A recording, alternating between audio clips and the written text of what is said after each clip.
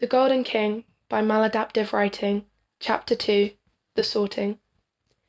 Regulus got access to the Black Vaults after he met with the goblins, so he could purchase new school supplies the next day.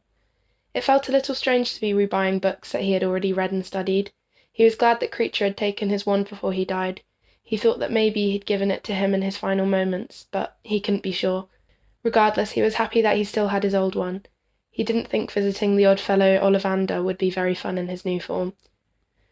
Revisiting Diagon Alley at all was surreal. He watched as small children who now looked his age, he supposed, ran around, trailing after their parents and guardians. Regulus knew he stood out, dressed in immaculate robes and walking all alone. He tried to speak to as few people as possible, but he could feel their curious eyes on him. He purchased his supplies quickly, pausing only for a bit to linger in front of the magical menagerie, staring in as children and teens of varying ages talked excitedly with their parents about what pet they were going to get to bring to Hogwarts. "Are you going in?" a woman asked him, pointing to the shop. "Oh, no," Regulus said politely. "Sorry." She gave him an odd look, but stepped around him to enter. It took him a few minutes to realize the look was pity. He wondered if his look of longing was a little too obvious. Regulus had never been allowed a pet at school, even an owl. His father had always said that he didn't want to risk his children getting attached to a creature. He couldn't deny that he would have been very attached to any pet given to him. He'd always been a bit soft. He almost wanted to get one now, but decided against it. Perhaps one day in the future, but not this time around. He looked once more at the regal owls perched in the window before heading off back to Grimmauld. He knew he would have to be careful not to draw too much attention to himself in classes. Most of the spells and potions he learned during first year he could do wandlessly and wordlessly at this point. He had years of practice, and if he wasn't careful, he would stand out too much in classes. He needed to pretend to struggle with spells so that he would blend in with his peers, otherwise someone might become suspicious. He wasn't worried about the other students. 11-year-olds were hardly the most observant bunch, but the professors, especially the professors he had already been in class with, could put him at risk of discovery. He purchased a new trunk, worried that his old one would draw unwanted attention.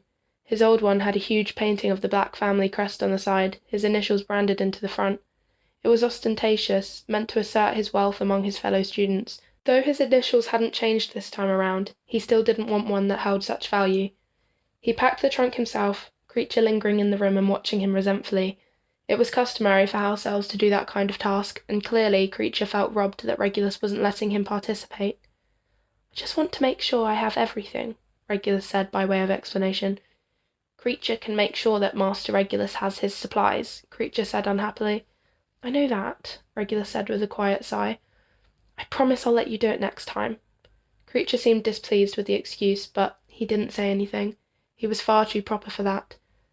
He apparated himself to King's Cross bright and early on the morning of the 1st of September, realizing only after that perhaps he shouldn't be openly using magic as an underage wizard, especially something that required a license. He resolved to be more careful.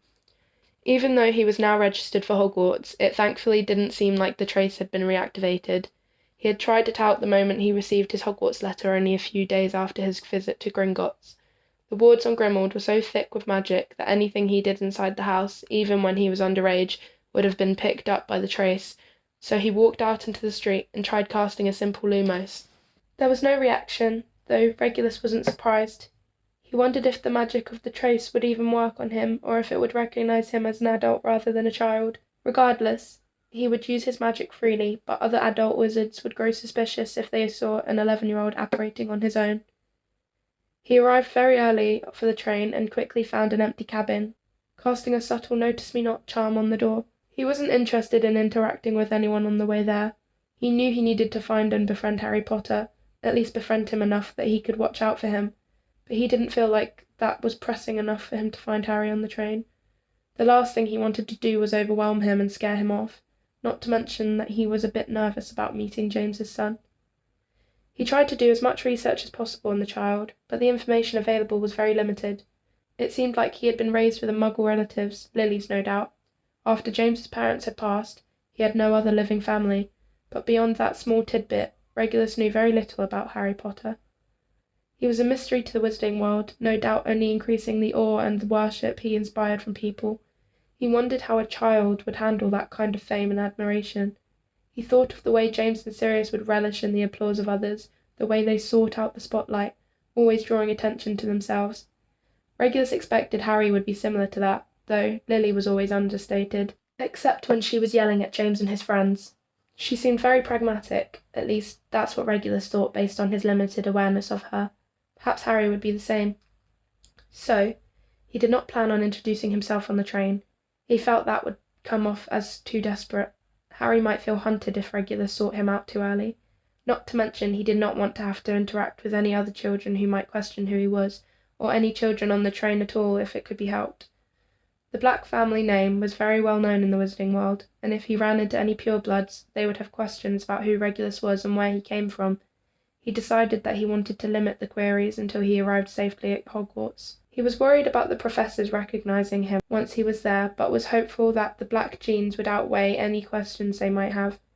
He and his brother looked very similar when they were growing up, nearly identical except for Sirius's height advantage and long hair, so it wasn't completely unreasonable to assume that Sirius's son would look the same. He hoped that would be enough to dissuade them from questioning his identity. He did his best to grow out his hair a bit in the month before school began. When Regulus started his first year during his first life, he had very short cropped hair, far shorter than he ever wore it after that year, so he aimed to hide in plain sight by trying to appear more like Sirius. He had invented a backstory for himself in the weeks leading up to September. He decided that he would tell people he was the child of Sirius and a French witch named Seraphine Bisset. His father was never in the picture, and Regulus was raised by his mother in France. Regulus, like all members of the Black family, spoke fluent French, so it seemed like a likely enough story. He didn't expect anyone to go beyond this limited explanation.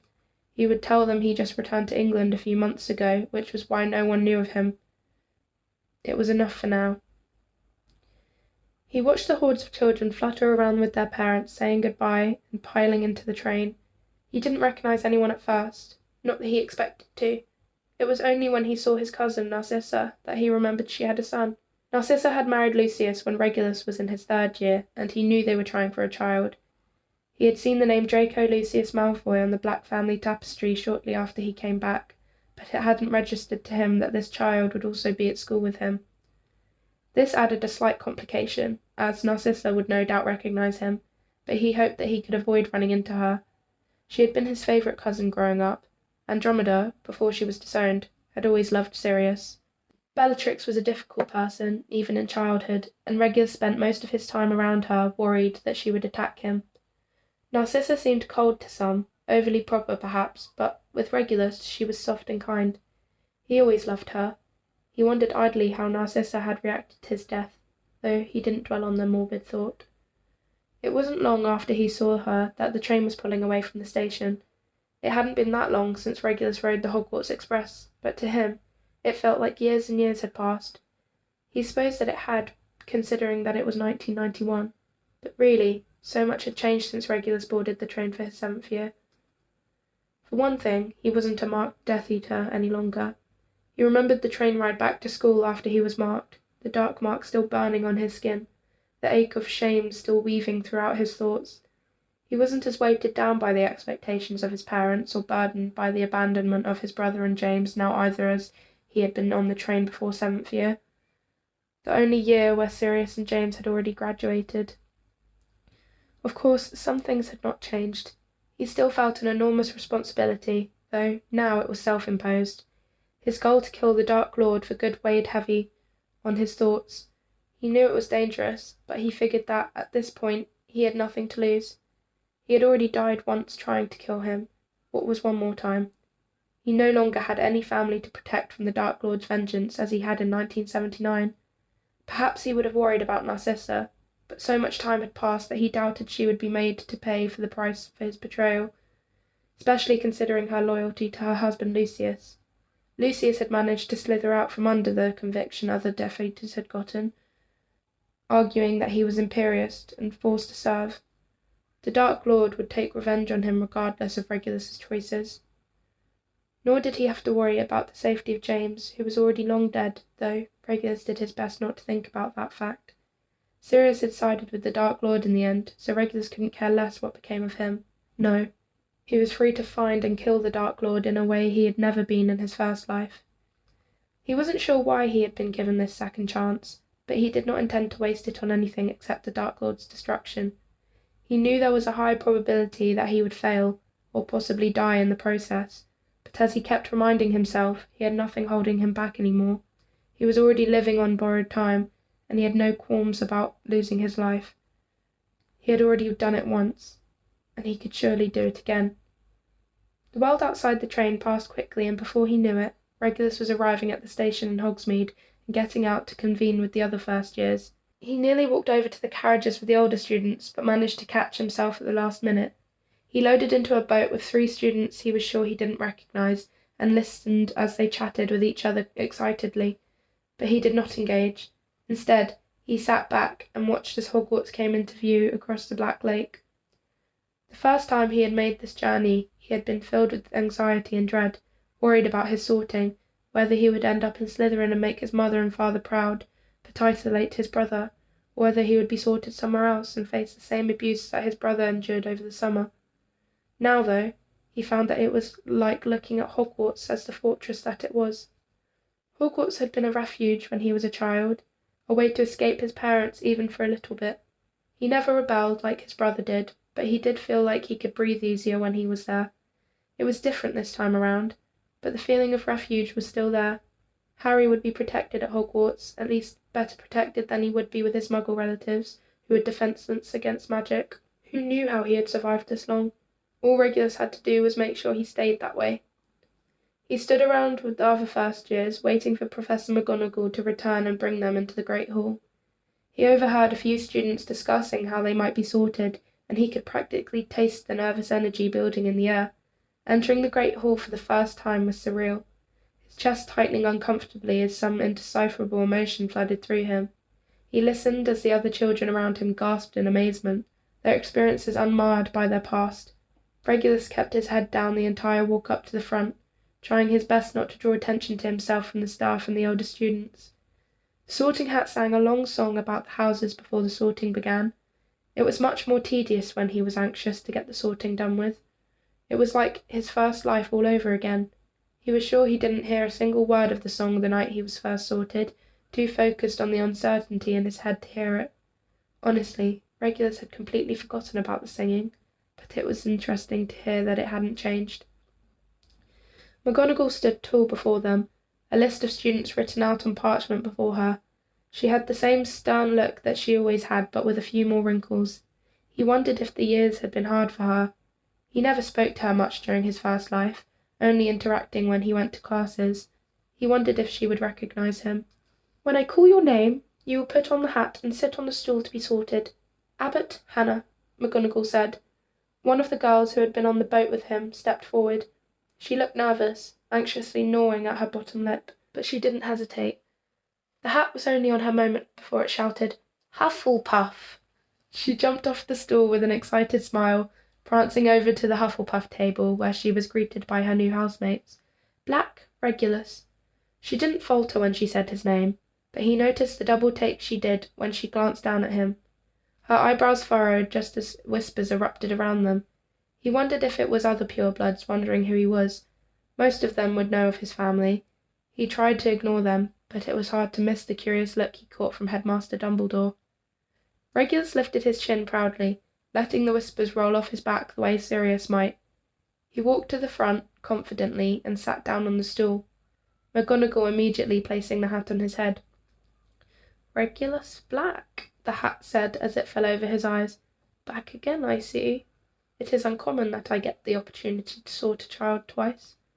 "Uncommon, but not unheard of?" Regulus asked. "It has been known to happen," the hat said evasively. Regulus's interest was piqued. "Now, let's see. I sorted you into Slytherin last time. An easy choice. You not only belonged there, but practically begged for the placement. But now—" Regulus waited patiently, his stomach twisting at the memory of him begging for Slytherin. He remembered his first sorting well, especially how terrified he was of being sorted anywhere but Slytherin. He knew his brother would react poorly, but Regulus had never been able to disobey his parents, too afraid of what they might do to him. Growing up as the spare, he was always disposable, and worried what his parents might do if he went against their wishes. Sirius had called him out for it immediately, ignoring him for 2 full days after the sorting, only to eventually corner Regulus and accuse him of purposefully betraying him. Regulus had denied it, yelling at his brother, but the shame of the truth always stuck with him. It wasn't terribly important where he was sorted this time around. He didn't know where Harry Potter might end up, though probably Gryffindor if his parents' houses gave any indication, but Regulus felt confident that he could get to know the boy regardless of his placement. It was odd now to be so unbothered by the sorting, but there was no one left who cared what happened to him. Regulus Black was dead. This new version was all alone in the world. If the hat didn't sort him into Slytherin, then it hardly mattered where else he ended up. "You no longer belong in Slytherin. I do not believe it would suit you well," the hat pondered. Regulus agreed, though he still remained silent. He was never a very good Slytherin anyway. "You have a good mind. Last time I briefly considered putting you in Ravenclaw, but no. Your bravery is what I see now. Bravery will serve you well, Regulus Black, and you need a place to cultivate it." This was a surprise to Regulus. Of all the options, the one he least expected was Gryffindor. He did not consider himself brave. This didn't stop the hat, though. Better be Gryffindor! There was some gasps around the room, and a few moments' pause before cheering erupted from the Gryffindor table. Regulus took the hat off and noticed a few curious faces in the crowd, but he rushed off to the table as quickly as he could. He sat down and briefly acknowledged a few older students, not even taking in the names that were spoken to him before glancing back up at the front of the room. It was only then that he noticed the stricken look on Professor McGonagall's face. He wondered if she was thinking of Sirius and his noteworthy sorting in Gryffindor. He knew she had a difficult relationship with Sirius and his friends, but he thought she always had a soft spot for them. Was she thinking about Sirius's betrayal?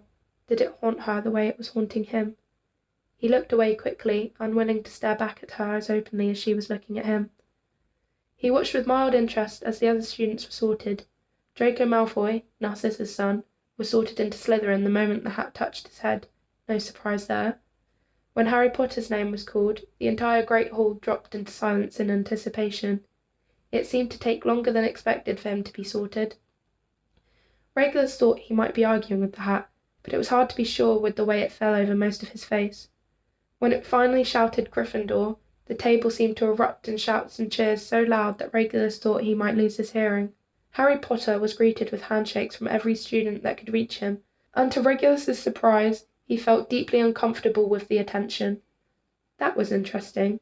James had always thrived on attention, the very definition of an extrovert. Regulus wondered if perhaps Harry got more of Lily's personality rather than James's.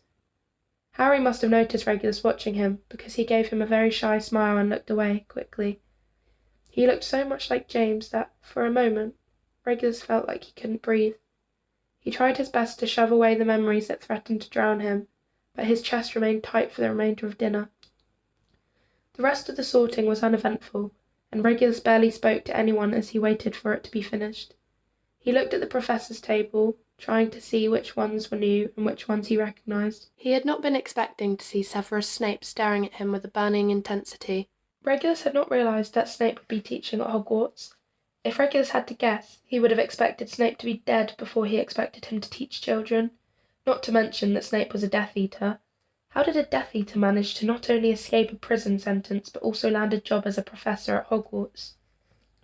Yet, there he sat, eyes glued to Regulus like he was a riddle Snape must solve on pain of death. This complicated things a bit. Regulus hadn't known Snape very well in school. They certainly hadn't been friends. But Snape would still likely recognise him. Even if he didn't, Snape vehemently hated Sirius, so Regulus did not expect to be treated well by the professor when he realised that Regulus was Sirius's son. "Ouch!" Regulus heard Harry say suddenly. He looked over and noticed that Harry was holding his fingers against his forehead. "What is it?" asked an older student. He had bright red hair like many of the Gryffindors around them. Nothing," Harry answered and dropped his hand. Regulus had read about Harry Potter's infamous lightning scar, but it was different seeing it in person. He hadn't noticed it at first, blocked by his curly hair sticking out like a rat's nest on his head, but the scar scattered down his forehead, starting at his hairline and separating into smaller lines down his eyebrow. It was still red, and looked almost fresh, a cursed scar then, Regulus determined. "Who's that teacher talking to Professor Quirrell?" Harry asked. Regulus looked back over and noticed that Snape had adjusted his glaring so that he was staring at Harry now. Harry looked nervous, and a line of discomfort deepened between his eyebrows. He teaches potions, but doesn't want to. Everyone knows he's after Quirrell's job. Regulus caught the tail end of what the older Gryffindor was saying. Knows an awful lot about the dark arts, Snape. Well, that was certainly true. Regulus remembered Snape in school drawing a group of his friends by showing them violent, dark magic curses he had discovered or sometimes invented. He wondered if the Defense Against the Dark Arts professor still changed every single year, as it did when he was at Hogwarts. Students would often joke that it was a cursed position. Regulus didn't talk during dinner, but he listened idly as the first years around him spoke.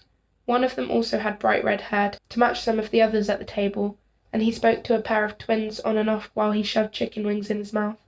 A girl with very curly hair watched him with mild disgust as the food got all over his face.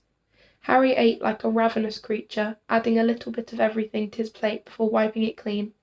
Regulus wasn't sure where he was keeping all the food in his tiny body, but the elated look on his face was all Regulus needed to know that he was enjoying himself. Harry watched the red-haired boy with a quiet smile, laughing fondly when he talked with his mouth fully open. After the meal was finished and the food all disappeared, Dumbledore stood up to make his announcements. Most of them were normal. The forest was forbidden, Quidditch trials would be held during the second week of term, and no magic was allowed in the corridors. Regulus was nearly tuning it out when Dumbledore finally said something of interest. I must tell you that this year the third-floor corridor on the right-hand side is out of bounds to everyone who does not wish to die a very painful death. Regulus wondered what that meant. There had never been an announcement like that while Regulus was in school. Why would Dumbledore set up something so ominous and mysterious on the first day of term, and why would they block off an entire corridor? Regulus knew he would have to figure out what was on that floor. Perhaps the Sorting Hat was right to put him in Gryffindor. Regulus followed the other students up to the Gryffindor dorm. He had only been to the Gryffindor common room once or twice during his first time at Hogwarts, and he'd never actually seen the dorms. The common room itself was smaller than the Slytherin common room, but it was warm and brightly lit. The stone walls were built into high ceilings, and Regulus could see the stairs leading to the tiny areas where chairs and tables sat for the students to use. They marched hurriedly up the steps to their dorm room. It was circular, with huge windows on one side of the room. There were 6 four-poster beds, with burgundy curtains hanging off the posts. There was a small furnace in the room, one that was hot enough to warm the entire room despite its small size. Regulus's new trunk was already sitting at the foot of one of the beds, his robes sitting next to the bed, the elves having charmed them to have the Gryffindor colours and emblem on them. He thought about how Sirius must have felt his first night in the Gryffindor dorms. Was he just as overwhelmed by the massive amount of red-coloured items? It was truly overbearing. At least in the Slytherin dorms, it was mostly black furniture and walls. Here, it seemed like every inch of available space was swamped with bright red. He felt comfortable here. He felt oddly at home. He wondered if it would take some getting used to remembering to come here, rather than the dungeons when he ended the day. The other boys in his dorm went to sleep almost immediately after they reached the dorm, and Regulus was inclined to follow them. He was exhausted from a long day of travelling and the huge meal, but the moment he was inside the safety of his bed, he found that he couldn't sleep. It was so bizarre to think that he was 11 years old again, this time tucked away in the Gryffindor dorms. Sirius had wanted so badly for Regulus to be in Gryffindor with him, but Regulus knew it wasn't going to happen. Even the Hat agreed, only ever considering Ravenclaw before settling on Slytherin. Regulus would sometimes fantasize about what his life might have been like had he been in Gryffindor. He would imagine following his brother up to the dorms, spending time together in the common room, Regulus being welcomed into their friend group. He remembered crying his first night at Hogwarts, thinking about the betrayed and angry look that crossed his brother's face when he was sorted. He wondered if his life would have been better if he'd been sorted into Gryffindor. His relationship with James would have no doubt been easier. They probably wouldn't have had to sneak around as much. Perhaps they would have even told Sirius. Maybe he would have been disowned like Sirius, but then he wouldn't have been marked. Then James would have never left him, and he would have never died in that cave. But of course, he would never have discovered the Dark Lord's secret, so perhaps it would all make sense in the end. He dozed off to the thought, wondering about what James would think if he could see Regulus now. The next morning was chaos. All 5 of the other boys were in a whirlwind to get ready for the day. He remembered his first morning at Hogwarts. The room was quiet and subdued. All of the other Slytherin boys were used to going about their days with barely any help from their parents. It wasn't uncommon for wealthy purebloods to be raised by house elves, and they typically developed independence early on in their childhoods. The Gryffindor boys were not like that at all. It was clear that most of them were very used to their mothers taking care of everything, waking them up, getting them clothes, and pushing them out of the door on time. Only Harry seemed out of place. He was just as disorganized and frazzled as the other boys, but there was a serious nature to him, like he was used to being alone. Regulus watched him curiously, but waited to speak to him until they were at breakfast. It was remarkably lucky that they had ended up in a house together. "I'm Regulus," he introduced himself, the moment Harry sat down diagonally across from him. "Hi, Regulus. I'm Harry," Harry responded. Harry was already tense. Whispers seemed to follow the boy everywhere he went, and it was clearly putting him on edge. Not that Regulus was surprised. He imagined that all the other wizard students were excited that Harry Potter was attending school with them. "Just ignore them," Regulus offered, as he watched several older students down the table from them whisper furiously as they tried to get a look at Harry's scar. "It'll stop eventually." Harry shrugged a little, though he offered Regulus a small grateful smile before starting to load up his plate. He greeted the red-haired boy from last night, his hair somehow even brighter in the light of day. It reminded him of Lily, though hers was always a slightly darker red rather than the vibrant orange that these children seemed to have. "Ron, this is Regulus. Regulus, Ron," Harry said with a lazy gesture of his hand. "Ron Weasley," Ron said. Regulus didn't know many Weasleys. He knew they were a pure-blood family, though in the Sacred 28 they weren't exactly accepted by most of the other pure-blood families due to their views on Muggles. That was the extent of his knowledge on them. He tried to remember if any of the Weasleys went to school with him, but he didn't think so. "Regulus Black," Regulus responded. "Oh," Ron said, and Regulus caught the exact moment that his name registered. "My mum told me about the Blacks. A lot of dark wizards." Ron's lip curled up slightly in disgust. "Ron," Harry chided. "Sorry," he added, directing it towards Regulus. Regulus wondered why Harry even bothered. It wasn't like he knew Regulus. "That's okay," Regulus said, trying to let the statement roll off his back. "Your mum isn't wrong. But I'm not a dark wizard." Lie, he thought. He was exactly like the rest of his family, worse in many ways, in fact. Ron seemed unsure, but Harry nodded like it had all been resolved. Oh, the simplicity of childhood, where people were either good or bad, and they told you outright where they stood. "Did you say your name was Regulus Black?" another boy asked him, interrupting their conversation. The boy seemed familiar to Regulus for some reason, but he couldn't place why. He tried to recall his name, but he didn't recall almost anyone from the sorting. "Yes," Regulus answered. The boy seemed to grow pale. "What's your name?"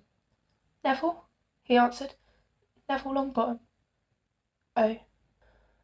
Regulus suddenly remembered reading about his cousin Bellatrix's arrest, how she, along with Barty Crouch Jr., Rodolphus and Sebastian Lestrange, had tortured the Longbottoms into insanity. Fucking Barty, Regulus thought. He and Barty had been friends in school, more than friends at times, though Regulus didn't like to think about it. He knew Barty was perhaps less than sane from the beginning. His difficult relationship with his father seemed to constantly egg Barty on, in the same way that Sirius was affected by their parents, except in the opposite direction. Evan's death pushed Barty closer to the edge of madness. By the time Regulus died, he had all but cut Barty out of his life. "Right," Regulus said, suddenly realizing that he had been staring at Neville for far too long, and that Neville was now nervously looking down at his breakfast. Ron and Harry were watching the interaction with intense interest. Regulus opened his mouth to say something else, but closed it again when he realized he had no idea what to say. He was luckily saved from the awkward conversation when McGonagall came by to give them their class schedules. "What was that with Neville?" he heard Harry ask Ron on their way to their first class. Ron only shrugged, but Regulus caught him looking suspiciously over his shoulder at Regulus. It was interesting that Ron would be so suspicious of him. Not that he was wrong to feel that way, although Regulus wanted nothing more than to protect Harry. He wasn't exactly a good man. Being in first-year classes again was just as boring as Regulus had expected. He tried his best to keep from showing off in class, but it wasn't always easy. He realized his mistake in his first Transfiguration class when he completed the assignment immediately, and McGonagall came over looking shocked and, not surprisingly, suspicious, though he doubted she suspected that he was secretly an adult. He also caught another first-year girl watching him closely, and he vowed to be more careful so as to not arouse more suspicion. Regulus made an effort to sit near Harry when it was an option, though Ron Weasley was almost always hovering nearby. Regulus was pleasantly surprised when Harry found a way to clear the air almost immediately, barging into the conversation head first, just like his father always would when something needed to be discussed. "Why did you react to Neville's name like that?" Harry asked a few days after their initial conversation. Regulus noticed that Ron was watching him with interest, clearly also curious about the uncomfortable moment. He wondered if the two of them had been discussing it. "Oh, well," Regulus stuttered out, caught off guard by how forward Harry was.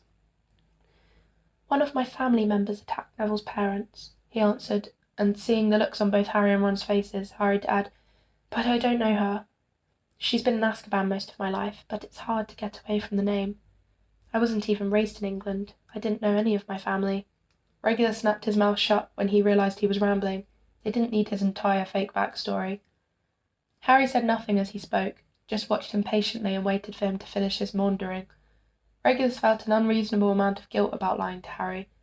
During his first life, Regulus became a very skilled liar, lying to most of the people in his life, and not once did he feel guilt over it.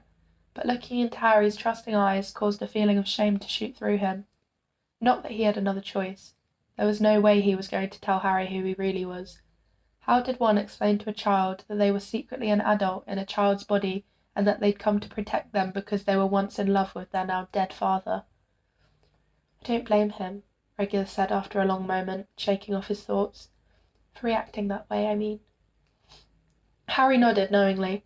He must have understood what it was like to be judged for something you didn't remember or know about. Not that those circumstances applied to Regulus exactly. Ron was silent for a few beats longer, before he seemed to accept this as well, and after that, the three of them were friendly. Most of his classes weren't noteworthy, even in the ones where he had the same teacher as the last time around. The professors barely acknowledged him. This was not the case for potions. The Gryffindors had their first potions lesson on Friday morning after school started. Up until that point, Regulus had almost forgotten about seeing Snape at the professor's table during the welcome feast. He sat at a potions table with both Ron and Harry sitting in the middle of them, and he watched warily as Snape stalked into the classroom and started taking roll. When he said Regulus's name, he sneered openly at him, but kept going on the list. However, when he got to Harry's name, he paused before saying, "Ah, yes, Harry Potter, our new celebrity." Regulus noted that a few of the Slytherin boys were laughing at this, Draco Malfoy among them. After that, Snape went on a tirade asking Harry questions that he clearly did not know the answer to. It seemed unfair to Regulus that Snape would zero in on a child like this, but he should have known when he saw the cold, dark look Snape had given them. A Potter and a Black, together at a table in a classroom with Snape. Regulus thought that maybe Snape was having flashbacks to his time at Hogwarts, when James and Sirius were constantly after him. So he wasn't exactly surprised by Snape's reaction to Harry, but was surprised that Snape hadn't targeted him at all.